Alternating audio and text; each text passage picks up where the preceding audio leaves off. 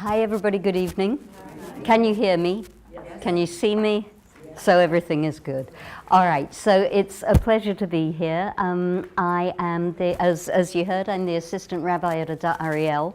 I graduated from this school, so it's always a particular honor for me to come back and teach here. It's Game of Thrones, so I thought I would wear some brocade, but whether the brocade actually stays on or not as I get more excited about this piece of text, we will have to wait and see. Before I teach any class at all that involves text study, I like to say the blessing for study. The blessing for Torah study. You might think that you do not know the blessing for Torah study, but actually you pretty much do, because it finishes with the word Torah, okay? And it has the same formulation as the blessing that we say over any mitzvah. So if you think of the blessing for Shabbat candles, that's going to get you most of it. And the only two words that you need to learn from me are the word la'asok with a k on the end. So after me, la'asok b'divrei Torah, exactly as you're saying. La'asok b'divrei Torah, which my teacher, Rabbi Dorf, who of course I must invoke given that I'm standing on this particular bit of holy ground, my teacher, Rabbi Dorf, says to become involved in study. Okay, so let's say the bracha and then we can become involved in study. Baruch atah Adonai Eloheinu melech haolam asher kidshanu b'mitzvotav v'tzivanu la'asok b'divrei Torah. Very good. So now our study has been blessed. Okay, so tonight I brought you, I was very glad when Caroline got in touch with me and said that this series was happening, because this is a text that I learned a long time ago from a wonderful rabbi. She's called Shoshana Boyd. At that point, she was Shoshana Gelfand. She is now Shoshana Boyd Gelfand, and she's American. She married a very good friend of mine from England, and she now lives in England. And I originally learned this text with her, and so I hear a little bit of her voice when I study it, so I wanted to bring her into the room. And I also chose it because I think it is an absolute humdinger of a text about what it means to be king, about what it means to be powerful or not, to have authority or not, and what it means to be a leader, and whether leadership is different from kingship and having power and having authority. It also tells us an enormous amount about its protagonist. And its protagonist is Saul, King Saul, the first king of Israel. When I ask my B'nai Mitzvah kids, rather hopefully, so tell me some kings of Israel, they sometimes they will come up with David and Solomon, strangely. They have a great preference for Solomon. I've never understood how 13-year-olds jump to that. But Saul tends to get left off. Hands up if you have heard ever anything whatever about King Saul. Okay, so you're well ahead of my B'nai Mitzvah kids, which is reassuring. And let's just access the hive mind of the room. I guess you'd better stick your hands up, and because we're being recorded, shout, please. What do we know about Saul? Just give me what you've got. Tall and good looking. He was tall and good looking, yeah, which is an important thing to remember about him. He was tall. That phrase that we use colloquially, he's head and shoulders above, was first used of Saul, who was from the tribe of Benjamin and who was quite literally head and shoulders above all of the rest of the Benjaminite population, who we have to understand were, like most Jewish men, short. Not all, but most. Okay, what else do we know about Saul? Yeah. Saul, no, I'm sorry, God, I got the name, the prophet reluctantly anointed him. Okay, so Samuel, Shmuel, the prophet was rather reluctant to anoint him. Good, we will hold on to that thought because it's important by way of background. Yeah, so, yeah. Saul was rather paranoid. I mean, Yeah. Very interesting. Saul, it seems clear, did have some kind of personality disorder. If you read the narrative of Saul, and the narrative takes place almost completely within the first book of Samuel, it's all very well that it's called the first book of Samuel, but really Saul occupies a great deal of the stage as well. And if you read Saul's story as it evolves, it is clear that he is, to say the very least, a troubled individual and to some extent a fragile individual. Unlike David, who's his successor, not his biological successor, but as we will see, the person who basically, had it not been for being anointed, would have usurped him. David, his successor, is extremely robust and interesting and charismatic and poetic and the great King David, the great everything. Saul, in his way, is not so great. Saul is a fragile character. He's a wounded character. There's a tragedy about Saul that is missing from the story of just about any other king.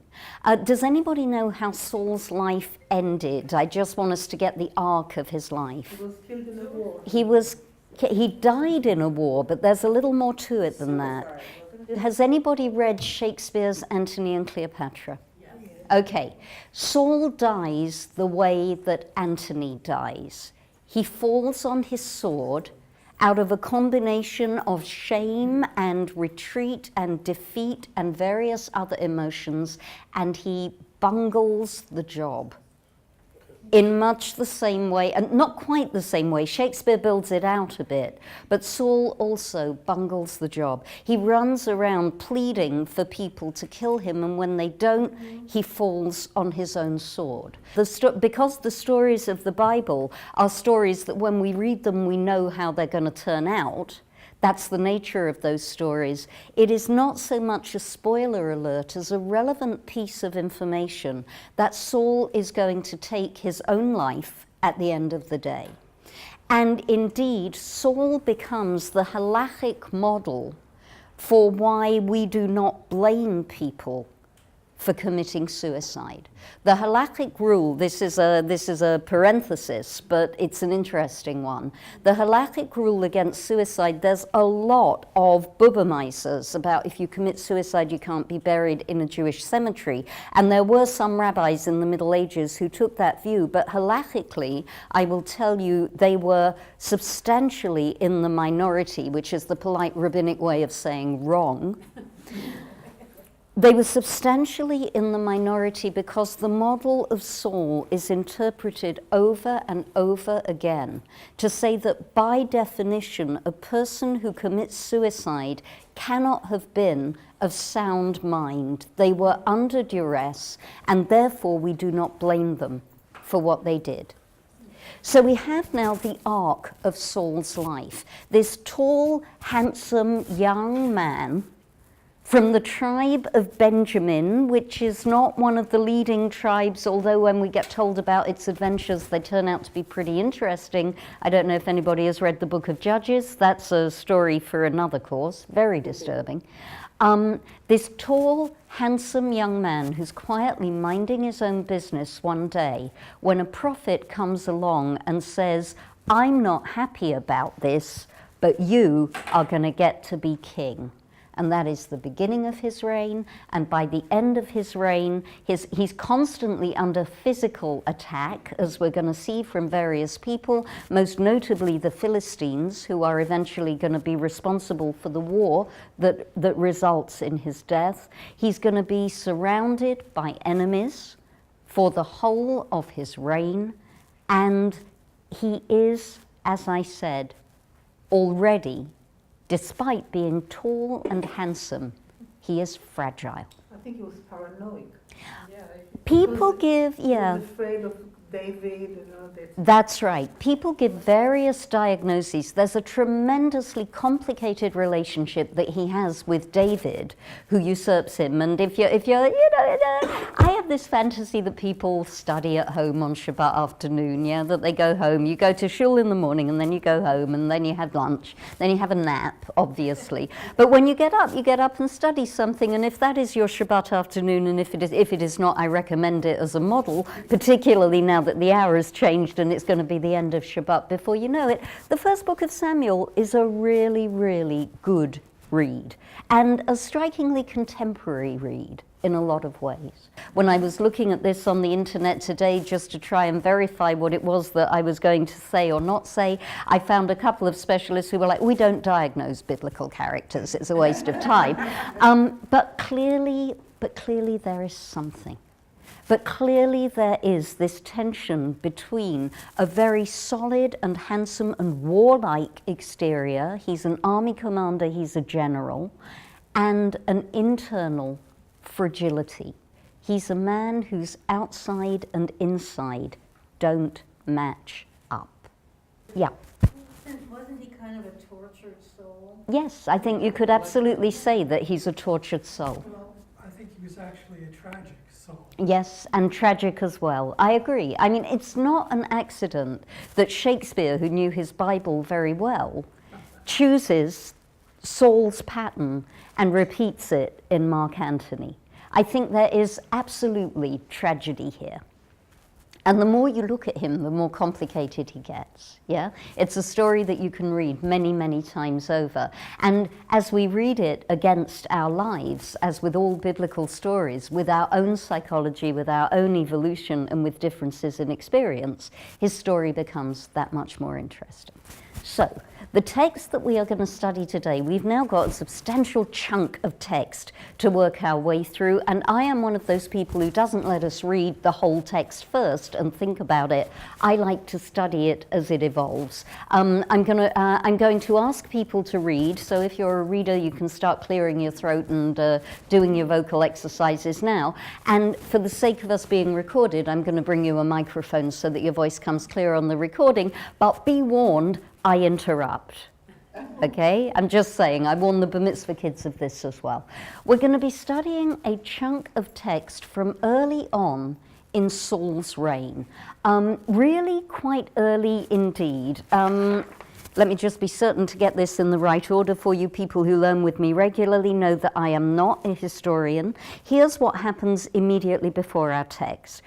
Saul is discovered, head and shoulders above the tribe. He's anointed by Samuel, who wasn't in favor of kings in the first place, as you said, sir. Then a city called Yavesh Gilead falls to the Ammonites, who threaten to blind the inhabitants, and Saul leads the army to victory over the Ammonites, saving the inhabitants of Yavesh Gilead, who are going to show up again later in the story.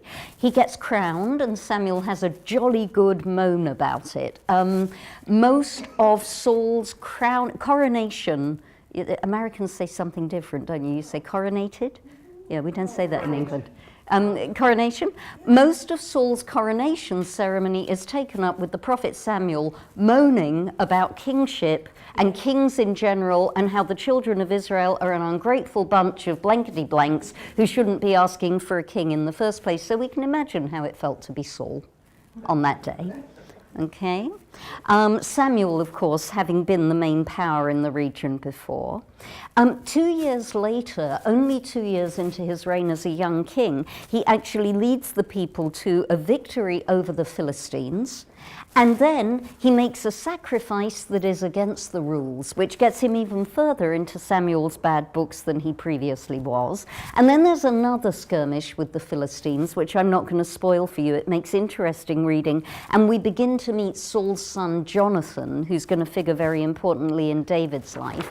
And that's the immediate background to the text that we're going to be studying today. So immediately after that comes this. So Saul is a young king, he's a relatively untried king, he's already defeated 2 regional enemies, and his relationship with the prophet Samuel, who's going to show up in this text, is tense, to say the least. We read this text, all of it, except for the very last sentence, as a Haftorah on Shabbat Zachor, which is the Shabbat before Purim.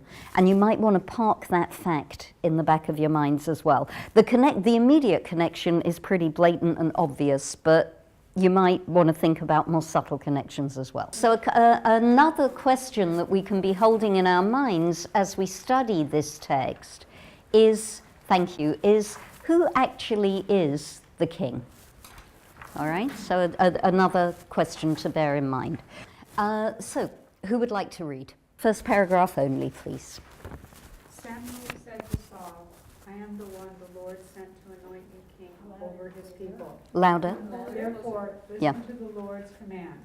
Thus said the Lord of hosts, I am exacting the penalty for what Amalek did to Israel, for the assault he made upon them on the road on their way up from Egypt. 3. Now go attack Amalek and prescribe all that belongs to him. Spare no one, but kill alike men and women, infants and suckling, oxen and sheep, camels and asses. Okay, so I'm going to stop you there for a moment. Thank you. All right. And we get... It's terrible. It's terrible already. Okay, yes. Hands up if you agree. Hands up if you think it's terrible already. Yeah, it's a tough one, isn't it? All right, so let's take this text apart a little bit. It's clear what Saul is being asked to do. Yeah? Suddenly the word of God comes to this relatively new king and says, okay, now you need to conduct a full-scale massacre. Let's just brainstorm. I was going to ask who is Amalek, but say what you were going to say first. No, is this God's word or Samuel's word? Is this God's word or Samuel's word? Samuel was a faithful prophet, so I think we have to assume that it's God. Okay? Samuel was not the kind of guy who made things up. All right. Who is Amalek? Amalek is the enemy with a capital E, all right? When do we first encounter Amalek? Does anybody know? In the Torah, In the Torah. where he attacks the stragglers of Yeah. the Exodus. Yeah, very early in the Exodus story, the Israelites are straggling across the desert, all 600,000 of them plus assorted hangers-on, and Amalek, the king of the Amalekites, begins to pick off the weak ones from the back of the troop, and Amalek is cursed from this point on by God, and the command is given that the memory of Amalek has to be utterly wiped out. And Samuel would have known this, and Saul would have known this. It begs the question, why are there still Amalekites around to take part in this story? But clearly, they have not been wiped out yet. You have to understand, I mean, the rabbis build it out even further in the later tradition, but Amalek is absolute evil. Amalek is the personification of absolute evil. Hands up if you've read Harry Potter. Amalek is he who shall not be named. Okay? Amalek is Lord Voldemort. Amalek, and actually, parenthesis, it's quite interesting to look at the story of Amalek and look at the story of Lord Voldemort, and there are more parallels than you would think between those two stories, but that is another session. So, yes, Paul. What period of time? Give or take the 11th century BCE. There or thereabouts. Yeah? Okay, so Amalek is the personification of absolute evil. Given that Amalek is the personification of absolute evil, how might Saul have reacted? Because a great technique with the biblical text is always to ignore the fact that you know what's going to happen. Stop reading and ask yourself what might or could have happened instead. So if you are King Saul and the command comes to wipe out the enemy to end all enemies, how might Saul have reacted? Okay, well, A, Saul is likely to be afraid. Yeah, well, he's doing evil. To conquer evil. Okay, so here is a good tension. Saul is being commanded to do evil in order to conquer evil. And we don't have to think very long or very far before we see this as one of the great tensions of being a leader. which is the greater evil and which is the lesser evil, and why might that be important? So Saul already, we're only 3 verses in, and Saul is already under significant pressure. All right, hands up to read the next paragraph, please. Saul mustered the troops and enrolled them at Telaim, 20,000 men on foot and 10,000 men of Judah. Then Saul advanced as far as the city of Amalek and lay in wait in the wadi. Saul said to the Kenites, "Come, withdraw at once from among the Amalekites, that I may not destroy you along with them. For you showed kindness to all the Israelites when they left Egypt." So the Kenites withdrew from among the Amalekites. Okay, so I'm going to stop you there. So my question on this paragraph is what does this paragraph teach us, or what does it tell us, or what does it reveal about Saul? Yeah. That he has a passion, a sensitivity. Okay, so he's sensitive. How does that sensitivity manifest itself? By saving other people. Okay, so the first thing he does when he's been given the command to exterminate is to save other people. He's going to make sure that the innocent civilians are gotten out of the way. Okay? So that speaks to a certain amount of compassion and the ability to think carefully and to strategize before making a decision. Yeah. I would like to tell you that that's the motto in Israel in the army. Yeah, that's the motto in Israel in the army as well. Oh, by the way, sorry, we didn't investigate, in the first paragraph, we didn't investigate the word proscribe. Yeah? Anybody know what it means? Proscribe. Do away with or not allow. Okay, so when we read it, we think that it means to do away with or to not allow, like prohibit. Yeah? But prescribe has got a very specific meaning. Prescribed property was destroyed utterly and then offered to God. Okay? So first you destroy it, and then effectively you leave it for God to take care of. All right, so that's what prescribed means, okay? It's important that it's a two-step process. It's not just that you grab it and say this is for God, yeah? It's that you have to destroy it first, okay? So this is the commandment to exterminate. All right, so we know that what we've got here is a sensitive leader, a bit of a strategist, somebody who's not just going to go marching off into battle just because God or Samuel say so. Looks like a guy with a little bit of backbone, right? Looks like a guy with a little bit of authority. Okay, paragraph 3. Somebody? All the way in the back. Here we go. Yes, Matt. I'm gonna stay down here. Okay. Saul destroyed Amalek from Havilah, all the way to Shur, which is close to Egypt. And he captured King Agag of Amalek alive. He proscribed all the people, putting them to the sword.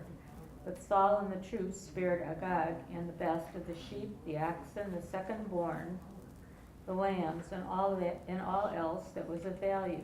They would not prescribe them. They prescribed only what was cheap and worthless. Thank you very much. Okie dokie, and I'm hearing a lot of people muttering Agag, Amalek, Amalek, Agag, Agag, Amalek, which we're going to deal with in just a sec. What did Saul do? He did not do the whole command. Okay, he didn't carry out the whole commandment. Who does he not proscribe? Remembering that prescription is a two-step process. First you destroy and then you set aside. The best animals. Okay, the best animals, all right? Those second-born in there are not people. I thought about this hard and long, and I asked a couple of my wise teachers, and we all agreed those second-born are not humans second-born. They're second-born animals, and that is important because why? What kind of animals would normally get sacrificed? Firstborn. Yep. So second-born animals. It's an interesting collection. We have one king, human, And we have the best of the sheep and the oxen. That's probably the firstborn. We have the secondborn. We have the lambs, the junior sheep, and all else that is of value. You can imagine large piles of silver and gold and stuff like that. And they won't prescribe those. They prescribe only property that was the kind of stuff that you would have bought from Target in the first place. Okay? So, why do they do this? According to this paragraph, according to what we've got so far, what's the reason? To sacrifice to God later is a possibility. Maybe it's Saul being greedy, or at least greedy for animals. Yeah. Notice, by the way, that he doesn't carry off women, which was a fairly common thing to do back in them days. Okay, but there's no human women here. There's only one human. The human is the king. Okay. If you're trying to wipe out an enemy, how would you normally behave in regard to the king? The first thing you do is kill the king, right? Take off the head, and it would be easier to deal with the body. So it is curious that Saul, who has already bested the Ammonites and the Philistines not once but twice, is leaving this king alive. That doesn't seem to make a great deal of sense. And notice that at this point, no reason is being given for the behavior. Okay, the narrator knows something that we don't, maybe. All right, next paragraph, somebody. Yeah, oh, sorry, to read? Okay. Oh, no, it's a question. Yeah. He proscribed all the people, so he proscribed the women. Yeah. If he prescribed, the question is, did he prescribe all the people? And the answer is yes. The only human who is left alive is the king. Yeah. But he says that he got rid of everything cheap and worthless. Therefore, there was some value to the king. That's an interesting idea, yeah. That there might be some value to the king, although we don't know what the value would be. Because there's nobody to hold the king to ransom for, because everybody else is now dead. Yeah? So the question of what is the value of the king of the country that you have just destroyed, except for its animals and its property, the closer you look at it, the more ambiguous it becomes. Well, yeah. You'd wonder, though, if he's kept this king alive, does that send a message to, or does he expect him to be a message to others who might come in?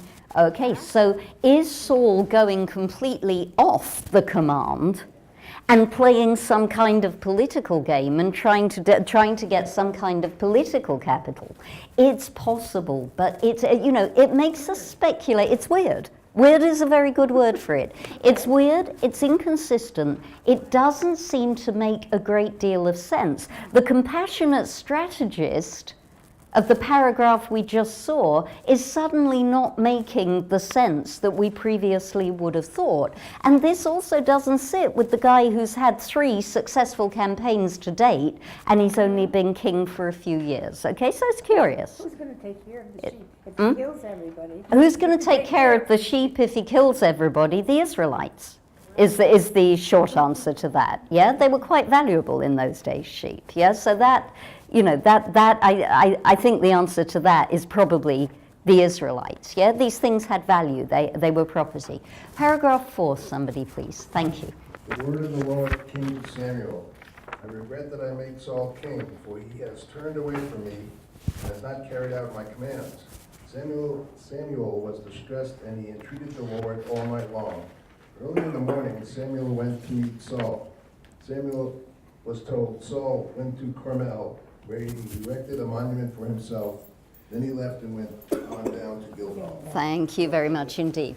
Gilgal was basically where Saul reigned from. Remember, in these days, there was no temple, there was no Jerusalem as a capital city. It was really David who was responsible for setting up Jerusalem as a capital. Okay, so God clearly not happy.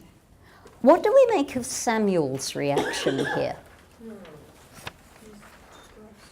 Samuel is distressed. Why? Yeah, Lord. Okay, so let's take that. He didn't follow the command. So the obvious reason is that Samuel is distressed because Saul has messed up on the command, okay? Another reason maybe? Well, beside the fact that he's not doing things the correct way, he is showing him that he's demonstrating a kind of arbitrary and rogue nature. Ah. He did what? He's demonstrating an arbitrary and rogue nature. And Samuel, who after all anointed him as king, albeit with great reluctance, might not be particularly happy that his anointee is not being consistent. And then, of course, we do have the problem of Amalek. We do have the problem of this evil king is still alive, which makes no strategic sense. Yeah. Politically, Saul has to explain to the people why he's now going to have to uncoronate Samuel as well. Yeah, it's the other way about.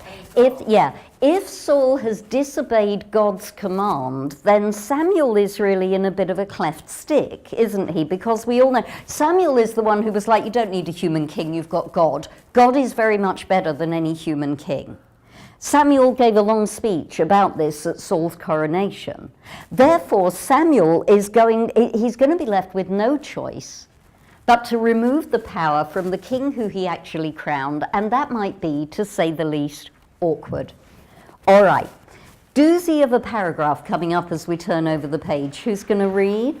When Samuel came to Saul, Saul said to him, quote, "Blessed are you of the Lord. I have fulfilled the Lord's command," unquote. "Then what," demanded Samuel, "is this bleating of sheep in my ear and the lowing of oxen that I hear?"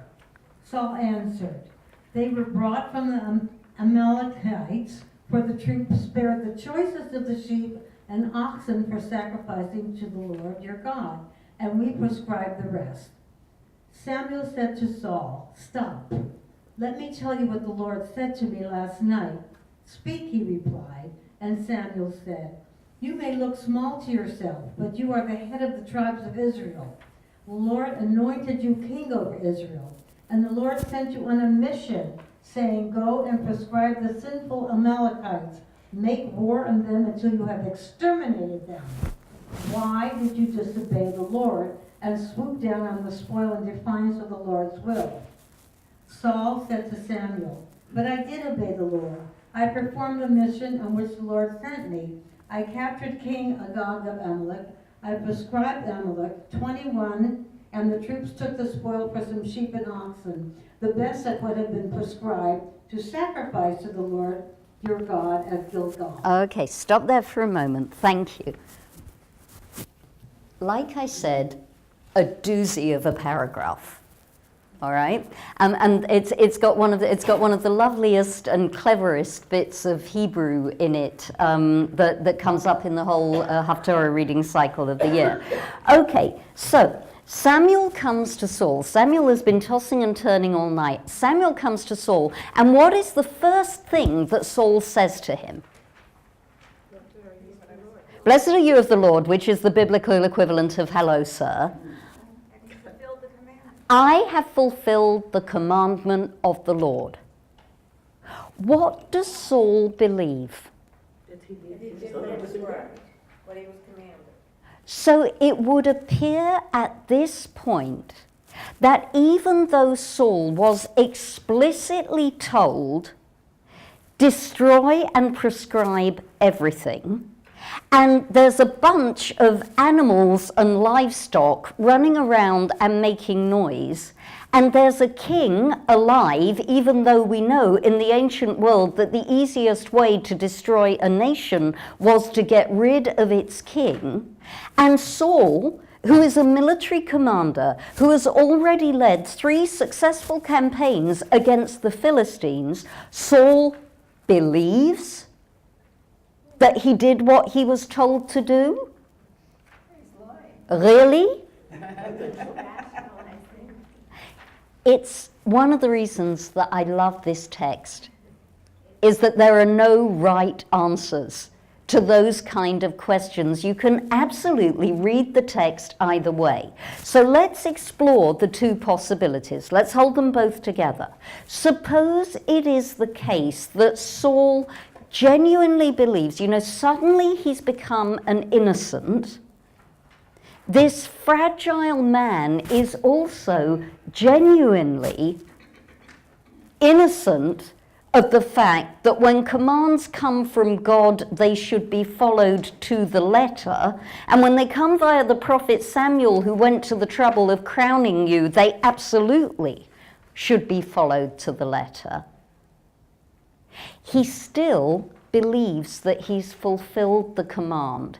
If that is the case, hypothesizing, then what does that teach us about Saul? He's off somehow. Okay, that something in there is a little bit off, yeah? Or maybe it's the compassion. Maybe he believes that when God gives commandments, there's a compassionate exemption. I think that he also, that's how he understood. Maybe he didn't understand, kill all the sheep. Maybe the king is another story. Yeah. But this is something they can eat it or whatever do with it. Exactly.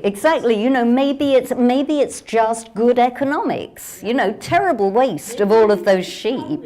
As a king. Yeah, terrible waste of all of the sheep. So it's just basically he was a shepherd beforehand, of course, because they all were. So maybe it's just good animal husbandry. Yeah. Hold on, behind you, and then I'll come to you. Yeah. I think he's showing his independence.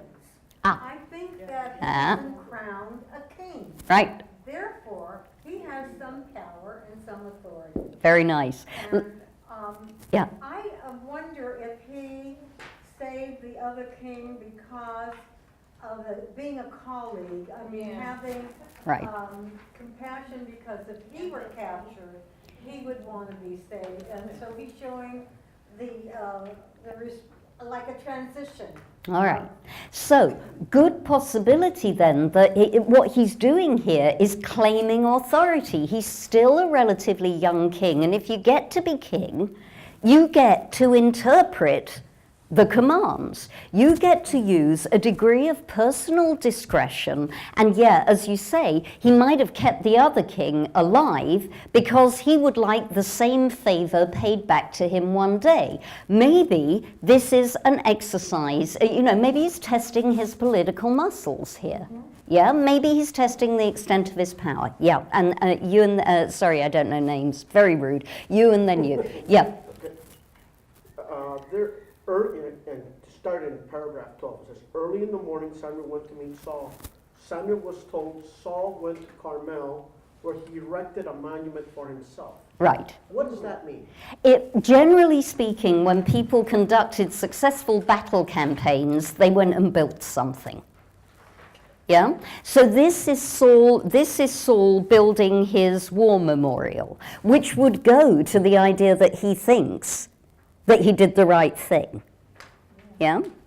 Okay, let me take in turn. Yeah, we'll take another couple and then we're going to push forward. Yeah. In the beginning of the story, when he hid behind the baggage, Right. it also showed he wasn't very bright. Yeah. Okay. So maybe it's just that he's a bit dim. Yeah? Maybe he's actually a bit dim. And you're right. At the beginning of the story, he doesn't want to be king. He doesn't want to be anointed. He goes and hides behind some packing cases or an equivalent, and hopes that you can imagine him with his hands over his eyes, going, "I can't see you, so you can't see me." He does it, and this is part of the tragedy of the story. There's this sort of tragic talk about it. Samuel doesn't want him to be king. He doesn't really want to be king. Somehow he ends up king. And maybe it is that this is innocent, and he just, he didn't scroll down. He only heard part of the commandment. There was one more hand here. Yep, two more hands. Sorry, yes, Paul. Could he have been challenging the validity of Samuel as a prophet? Yeah, and possibly. All prophets Yeah, and possibly if we go off the there's a perfectly innocent explanation and we look instead at it being a question of strategy and politics, then this is a power struggle between him and Samuel. This is more like the flexing of the political muscle. So we've got a number of possibilities already stacking up here. Maybe he's a bit dim, maybe he's a bit vulnerable, maybe he's trying to assert his authority. Maybe he's trying to displace Samuel because he's king now, damn it. Yeah? A fan of possibilities begins to spread. We'll take one more on this and then remind me I have to tell you about the good Hebrew bit. Yeah. Well, as he's talking to Samuel, in two places he says, the Lord your God. I'm so pleased you picked that up. Okay, now what can we make of that? Twice, when he's talking to Samuel, he says, Hashem Elohecha, your God. We're going to make a sacrifice. By the way, we didn't originally get told that these animals were preserved for sacrificial purposes, just saying, okay? Narrator left that bit out, okay? But never mind, after the event also counts. Okay, so we're going to make sacrifices to the Lord Samuel's God. Good. What can we make of that? What does that tell us? Well, it seems that he doesn't put as much emphasis on Samuel's God's words as on his own. Yeah. As on his own. And yet you see you've got this lovely tension again here, because Saul is the Lord's anointed, and when he was anointed he was told that he was the Lord's anointed. But suddenly you've got this separation of authority between Saul and Samuel, but you've also got a gap widening now between Saul and God. Saul might never have bought into this whole God thing in the first place. If we're going to read him as the politician rather than the innocent, then Saul is not interested in the idea that there's a higher authority. You have the beginning here, perhaps, of Saul the tyrant. Saul who wants to behave just like the king of the Amalekites. Hey, maybe he saved him so he could take lessons in how to be a good tyrant. Yeah, it's a very interesting gap. So, you know, the structure is beginning to fall apart. Saul, Samuel, God, and by the way, there's multiple potential authorities in this text. Another alternative title for this session when I was putting it together was, Who's the King? Is it Saul? Is it Samuel? Is it God? What's that power struggle going on at the top? What is that about? The Hebrew bit. Here's the verse, yes? Then what, demanded Samuel, is this bleating of sheep in my ears and the lowing of oxen that I hear? I'm going to read it the way I think it should be read in Hebrew. Vayomer Shmuel, and Samuel said, Umeh kol hatzon. Yeah? Do you see the Hebrew pun? Yeah. It's beautiful. I could not teach this text without you knowing that. Okay?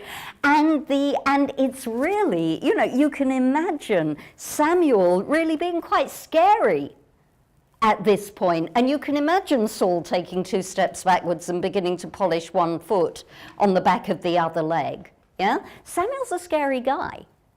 Samuel's a scary guy. So Saul begins to waver and begins to make excuses.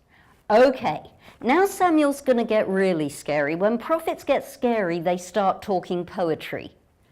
The way that it is set out on the page tells you that Samuel has fallen into prophetic mode. Okay? Prophets, I mean, they talk prose as well on ordinary days, but the reason that the books of Isaiah and Jeremiah and Ezekiel and all of those cronies are so difficult to understand is that they're prophecy, and prophecy in biblical Hebrew comes in poetry. So Samuel has fallen into prophetic mode. Who's feeling scary? Who's going to read it for us? Thank you very much. Okay, in your biggest and scariest voice, please. There we go. Does the Lord delight in burnt offerings and sacrifices as much as in obedience to the Lord's command? Surely, obedience is better than sacrifice, compliance than the fat of rams. For rebellion is like the sin of divination, defiance like the iniquity of teraphim. Because you rejected the Lord's command, he has rejected you as king. Thank you very much. That was scary. Thank you. Okay.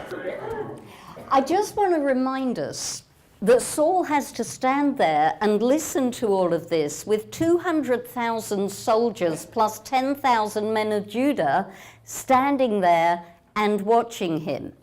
If he thought the coronation was bad, standing there listening to Samuel go, nobody wants kings, kings are bad, this must have been excruciating for him. Whether he did it in order to be political, whether he was flexing his muscles, whether he did it because he was innocent or overly compassionate or a little bit dim, it must have been excruciating for him. Desperately, desperately embarrassing. And the poetry of it, again, is absolutely beautiful. It works its way to that final peroration. Ya'an ma'asta et devar Hashem vayim'as acha mimelech. It's beautiful. It's for grammar nerds among us. That is, that's something called a partitive min. A partitive min melech, from being king. Okay, it's the word min used to separate something from everything else. It's very good poetry. It's very strong. Okay, stop for a moment. Don't turn over. If you were Saul, how would you respond at this point? I'll do anything. I'll do anything. So one possibility is that Saul at this point is going to crumble. I'll put it out to the room again. If you're Saul, how are you going to respond? Now wait a minute, okay? I did everything I was required to do. Exactly. I followed the rules. Yeah. You did everything you were required to do. I'm going to prescribe the lambs as I do the sacrifice to God. Mm-hmm. And then I'm going to prescribe a God to you. Okay, I was. Instead of a battle, we're doing it in a ceremony. Very good.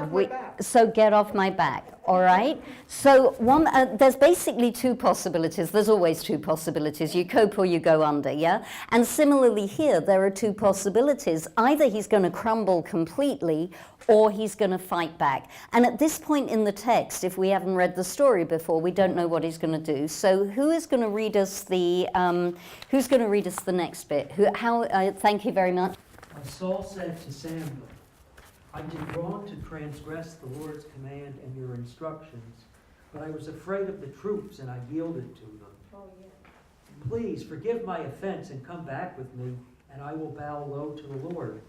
But Samuel said to Saul, I will not go back with you, for you have rejected the Lord's command, and the Lord has rejected you as king over Israel.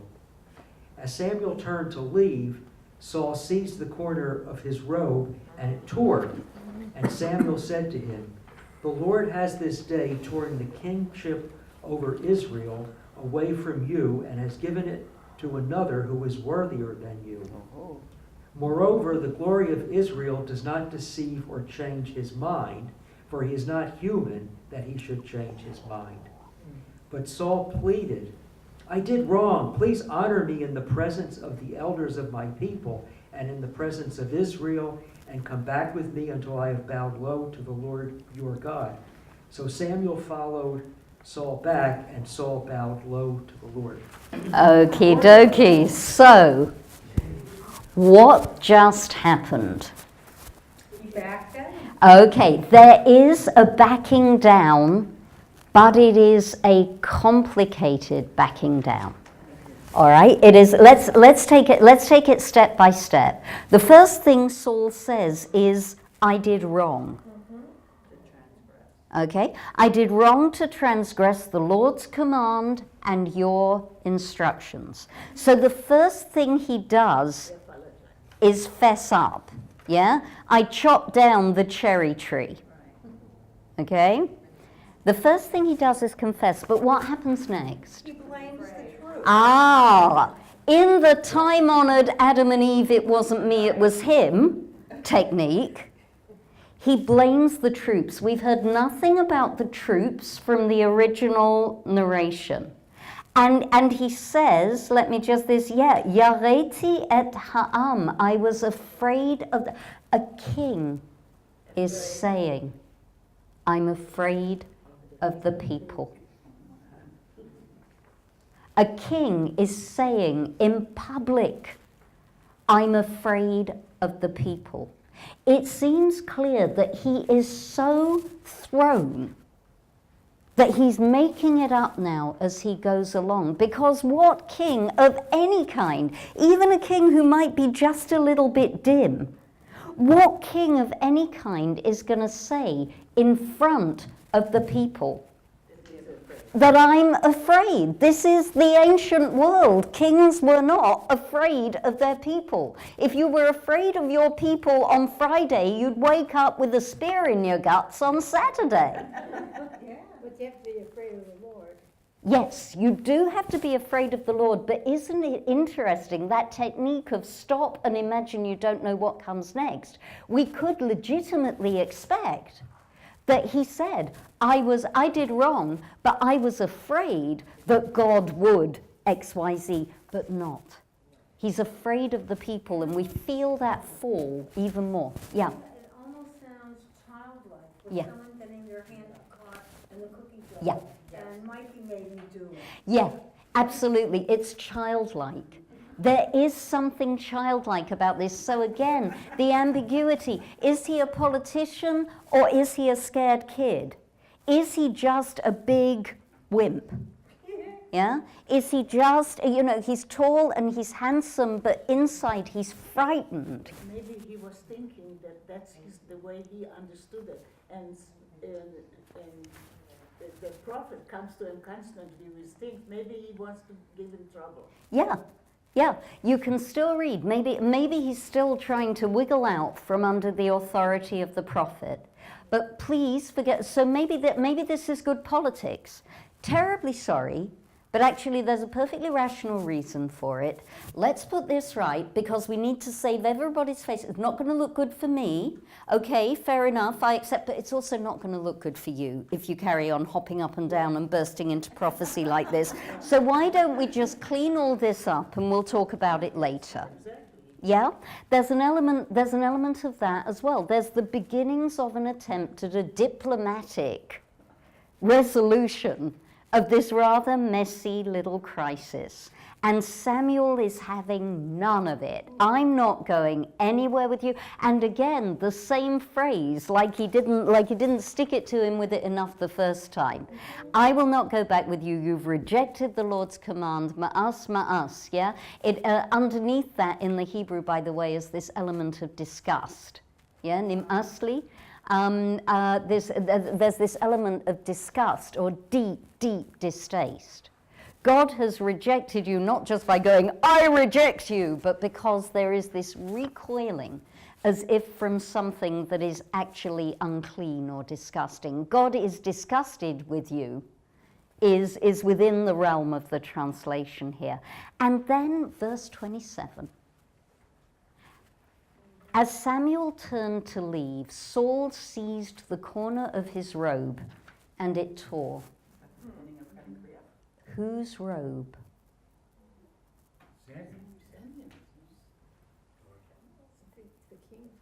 Whose robe? Samuel. Remember, we've been talking about the ambiguity of who is the authority in this text. Is it Saul? Is it Samuel? Is it God? We don't, well, God is there. God wins, yeah, God trumps everything. But insofar as this is a struggle between Saul and Samuel, the question of Saul grabs the robe. That much is clear. The preference in classical art, because I looked this up, is that Saul grabs Samuel's robe and it tears. In which case, what would be happening and what can we make of it? What does that tell us about Saul? Let's go with it. Saul grabs Samuel's robe. Samuel turns to go like that. You see, this is why I wore this coat, like that. And Samuel grabs the robe. Saul grabs the robe, and it tears. Power struggle and, He wants to depose him. Yeah, and He wants to depose him. So one thing is that he's trying to grab Samuel's robe because that is the robe of authority, and he wants a piece of it. Okay, let's stack up the possibilities, yeah? I was gonna say, it's also the childlike move. when Yeah. he's grabbing- He wants the blankie. Yeah. Yeah, he wants the blankie, he wants the lovey, or he wants his parent, or he just grabs at whatever he can grab, yeah? I think about ripping her clothes. Yeah. You asked, is it Kriya? Yeah, it's such a potent symbol, the ripping of, yeah? And later in the Book of Kings, we're going to get we're going to get somebody who's quietly walking along, minding his own business, and he's going to have his robe torn into 12 pieces, and 10 of them are going to get given to him because he's going to be king of 10 of the tribes of Israel. Yeah? That's very interesting. Yes, in the future, David is going to cut off, and when Saul is going through one of his I hate David, he needs to be dead phases, Saul, he's going to be asleep, and David will come to him and cut off a corner of his robe. Yeah, robes are very important in this story. Yeah. Which of Endor, doesn't it grab Samuel? I think there's also robe grabbing. Yeah. Yeah, I think there's also robe grabbing. Fast forward, Samuel's going to die. Oops, spoiler alert. Samuel's going to die. And Saul is going to call Samuel back from the grave because he is so insecure. He's going to go to a witch, the witch of Endor, which is absolutely forbidden. And he's going to raise Samuel from the dead, okay? I told you, read the book of 1 Samuel. It's a really great read, okay? And yeah, I can't remember, is the honest truth. But there may be some robe grabbing or robe tearing there as well. Okay, so much for it being Samuel's robe. What if it is Saul tearing his own robe? And he's saying Samuel's dead to him? Maybe he is saying Samuel is dead to him, or God is dead to him. Yeah, maybe we need to be a little bit careful about reading our understanding of Kriya back into this, but the symbolism is good. Or maybe it's an act of absolute despair. That Saul is wearing the robe of kingship, and this is the moment where he realizes that he blew it. Yeah. Rejection and self-hatred and self-destruction and shame. It's not Kriya, because Kriya hasn't been invented yet. Yeah, but still, even without the associations of Kriya, it is self-destructive. And how is Saul going to die again? So maybe this is a, what's the word I'm looking for? Premonition, thank you. Maybe this is a premonition of that. The text is not clear, and both things are true at the same time. Okay? He just wants to say, I'm so sorry. And maybe he just wants to say, I am so desperately sorry, and the next thing he would do, is go home and put ashes on his head, and and maybe he is just desperately sorry for having disappointed Samuel, for having disappointed God. I don't like Samuel in this whole situation. Yeah, I don't. I would agree He's that. not a very nice guy. Yeah, I would agree that Samuel, but then it's never the business of, you're going to learn more about prophets on this course as well. It's not necessarily the business of prophets to be nice guys, all right? Nice is not necessarily a prophetic word. They're not in the business of being nice. They're not politicians. Okay, but they are not in the business of being nice, but there is limits to being mean. Okay, there are also limits to being mean. And yet, in Samuel's defense, we could say, look, I take my orders from God and only from God, and an order is an order and it needs to be obeyed. Okay, so, and notice, by the way, the Lord has taught, and then Samuel is going to interpret the gesture of the torn robe, regardless of whose robe it is. The Lord has this day torn the kingship over Israel away from you and has given it to another who is worthier than you. And immediately after this, in chapter 16, we have the narrative of Saul going to anoint of Samuel going to anoint David. Okay, so we're done with Saul at this point. David is going to be anointed, but it's going to take pretty much the whole of the rest of the book of 1 Samuel for David actually to become king. I'm coming back to that thought at the end. And he was still alive, Saul? Oh yeah. Oh yeah. Oh yeah. Oh yeah. It is terrible. Moreover, says Samuel, look at verse 29, the glory of Israel does not deceive or change his mind, for he is not human, that he should change his mind. What has Saul just been doing? Saul changes his mind. Saul has been wavering. Saul has been hovering about. Saul has been uncomfortable. This is mean. This is mean. Yeah? Samuel drawing the distinction, a really viciously drawn distinction between Saul and God. And Saul is going to come back and plead again. Okay? If he was fragile to begin with, but this is going to leave, I think, deep rifts in his personality. And again, he says, the first thing he says is, I did wrong. Like those little kids who, the first thing when you catch them is they say sorry. Yeah. Right? It's that. And it is childlike. It is innocent. And again, he pleads to have his face saved. Because the externals might be more important to him than the internals. Yeah? Because the way that it looks might be more important to him than the way that it actually is. Yeah? I'm going to finish the reading, but it's great. Samuel said, bring forward to me King Agag of Amalek. Agag approached him with faltering steps. Sorry, pause. I said I interrupted. This is Agag. This is the king of Amalek. Amalek is the most evil nation in the world. This is bigger than Pharaoh. And he's scared of the prophet with the sword. Okay? Yeah. And he approaches with faltering steps. And he says, ma'adonot, interesting Hebrew word. And he says, bitter death is at hand. I'm done for. Yeah. All the Hebrew on this is just beautiful. It's amazing Hebrew, isn't it?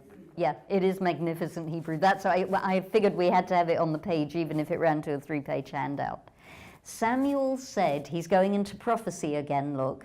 Samuel said, as your sword has bereaved women, so shall your mother be bereaved among women. We've seen that structure before in this piece. Where have we seen that structure of so this, then that? With the same verb being used both times? Because you rejected God, God has rejected you from being king. So implied here, we've got a parallelism now between Saul and Agag. And Samuel's going to finish him off. And Samuel cut Agag down before the Lord at Gilgal. That is a sanitized translation of the Hebrew. Vayashasef. Yeah, Vayashasef. It means to hack to pieces. All of those grisly things that you see on CSI-NY when the body is in multiple pieces and multiple bin bags, that's what we're talking about. And you can imagine, and Saul and all the people standing there and watching it as King Agag, who knew very well what was coming, is quartered. And no more words now. No more words, no more conversation. Samuel then departed for Ramah, and Saul went up to his home at Gibeah of Saul. Samuel never saw Saul again until the day of his death, that's Samuel's death. Although it could be Saul's death. No, it's Samuel's death, because Samuel dies before Saul. But Samuel grieved over Saul because the Lord regretted that he had made Saul king over Israel. Ki hit Abel Shmuel al Shaul. Hit Abel, he mourned for him. Yeah? He mourns for him as if he is dead. Saul is not dead at the end of this story, at least not on the outside. But this happens before David is anointed. All of those stories that you hear about Saul's rivalry with King David happen after this. They happen after Saul knows that he's not going to be king. Saul is a phantom king from this point on. If he wasn't paranoid to begin with, this would make anybody paranoid. He knows that his reign is going to end. And here I want to draw a parallel from outside Jewish history. Because when I read this time, and when I really started thinking about it deeply in terms of teaching it to you in the context of Game of Thrones, I thought about another story of a king who is insecure in his kingship. And that insecurity eventually takes him down. Macbeth. Macbeth, who's never secure, who never dreamed of being king, who never wanted to be king, but becomes king and is so insecure in his kingship. Macbeth, who calls up spirits to make him secure in his kingship. Macbeth, who is constantly looking over his shoulder for the people who are going to supplant him. Macbeth, who is constantly trying to kill them. Just as Saul is going to try and kill David. Shakespeare knew his Bible, yeah? The king, and from here on in, it's not good to be king. And he has to wait out. This is part of the tragedy. You said he's tragic. I agree that he's tragic. That poor man has to wait out the whole of the rest of the book of Samuel. David's anointing, David and Goliath, David being heralded by the women in the streets, David making a marriage with Saul's own daughter. One way that Saul tries to deal with it is to bring David into the family so he can keep a better eye on him. David becoming besties, like besties for life, with Saul's favorite son, Jonathan. And constantly looking over his shoulder, waiting to hear the sound of ripping. Waiting for the day when he wakes up no longer king. It's torture. And it's no wonder he ends his own life. Thank you very much.